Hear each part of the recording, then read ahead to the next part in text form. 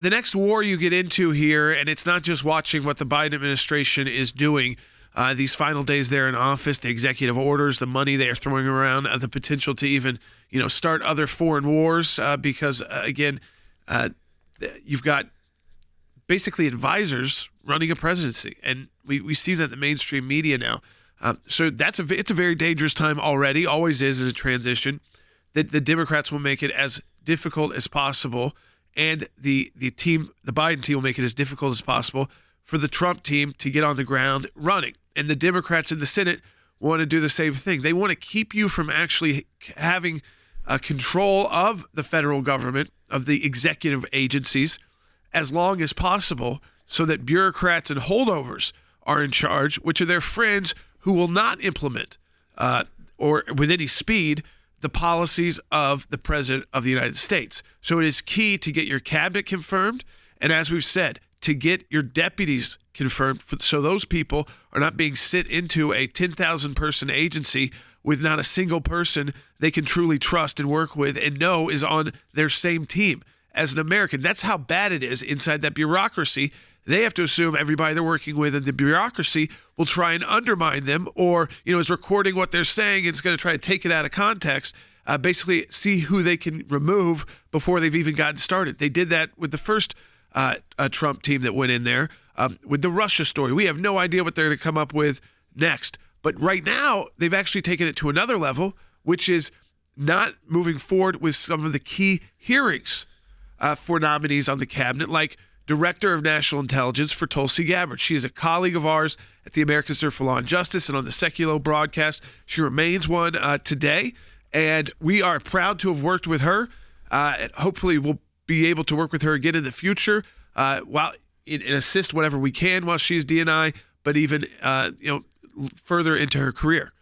But she's got to get a hearing. And the Democrats' excuses for not having a hearing is absurd, especially when you have a country that has faced a new kind of terrorism is kind of come back. Islamic terrorism isn't something we can quickly put, nip in the bud. The border issues. We know that the cartels are working with terrorist organizations. We know that there are bad actors. And we also know these intelligence agencies haven't been focusing on the right people. They've been focusing on American citizens, speech and organizing instead of the bad guys. And that's why we have these, unprepared security at large events. Jordan, this is the problem. This is the fight that the U.S. Senate on the Democrat side has decided they want to pick at this dangerous, pivotal time in American history. Because they're already letting forward these nominations, these hearings to begin on Attorney General Pam Bondi would be Wednesday and Thursday of next week. Pete Hegseth is scheduled to have his hearing on Tuesday. Doug Burgum also on Tuesday. That'd be Department of the Interior. Lee Zeldin is scheduled for Thursday for EPA. And Tom Cotton, who's the chairman of the Senate Intelligence Committee, wants to hold both John Ratcliffe for the CIA director position and Tulsi Gabbard for Director of National Intelligence, their hearings early next week. His goal is to get these hearings started so that we can start getting to votes on January 20th when President Trump is sworn in. But the Democrats have picked their fight. They've drawn their line in the sand. They're going after Tulsi Gabbard. Mark Warner, who's the vice chair of the Senate Intelligence Committee, is saying that Tulsi Gabbard hasn't provided the enough material, the required vetting material for them to go forward with this. So the Democrats are forcing a delay in this hearing, forcing a delay for the position of Director of National Intelligence. And he's trying to make it seem as though because she hasn't provided these materials that she's somehow obstructing this process. But in reality, her FBI background check, the work for that was done and completed and sent to the FBI last week. That should also be expedited because she is someone who holds that high security clearance. Therefore, they already have much of this material. They don't have to start from zero and work their way up in this background check. But then also, they're saying she didn't provide a questionnaire. She provided the first questionnaire already, and they've given her a deadline of today to provide the second one, which she said she'll comply with. And then the final thing is the ethics statement that they want signed. Many of these nominees, because of the snow and the offices being closed in D.C., haven't been able to receive them yet because people haven't been in the office. It doesn't mean that they're not going to have it. So they're trying to play this game and pick this fight and make it be public that Tulsi Gabbard isn't playing along. She's not being helpful. She's obstructing this process. We have to delay her hearing. But in reality, she is. She's doing the things that need to be done to go before the Senate. And I think you should hear from Elizabeth Warren because she's been an outspoken critic on many of the nominees, but she gets pretty nasty, uses the old rhetoric on Tulsi Gabbard. Sure. And this was on CNN yesterday. Let's play bite one. Why is Donald Trump doing this? And I think the answer is, let's have a big distraction and several more questions so we don't spend more time on Pete Hegseth, the nominee to be the head of the Department of Defense. So we don't spend more time on Tulsi Gabbard, who has been in the pocket of Putin and is not someone who should be trusted with our secrets, so that we don't spend more time on Robert Kennedy's views on vaccines. In other words, we have a job in front of us right now, and that is advise and consent on the nominees who are there to run our government. Okay. First of all, Tulsi Gabbard already has top secret security level clearance. She might need another level 1 or 2 up, but there's not much higher that she can get, and she's maintained that for 2 decades, including this time period that they think she was, because of meeting with foreign leaders, somehow violating what would be then they would take your security clearance away if they thought you were doing something wrong. In fact, I just don't think we know the full story there because it's probably connected to a lot of different background things. And Tulsi's been involved in a lot of operations throughout Africa in the past couple of years that you don't talk about much. That's all you kind of hear about. And you see that in her bio. She talks about that. So again, some of this will have to be done, as we said, like behind closed doors.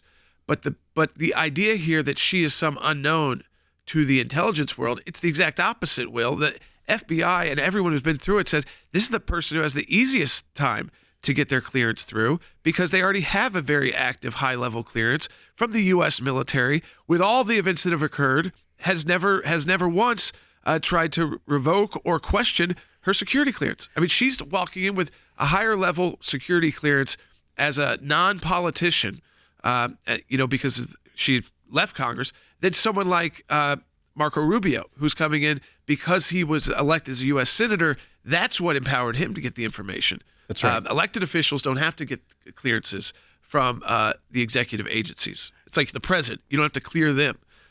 But she's already got it from those agencies, and they're acting like they can't let her see this information. It's a sideshow to try to, so that people won't pay attention to other big issues. The truth is, if we can't get the Director of National Intelligence confirmed, and you can't get your DOD Secretary confirmed, and you can't do 4 of these at once because it's the same, all different committees at this level. This is what the Democrats' last attempt to do is to really prevent the Trump administration from actually beginning.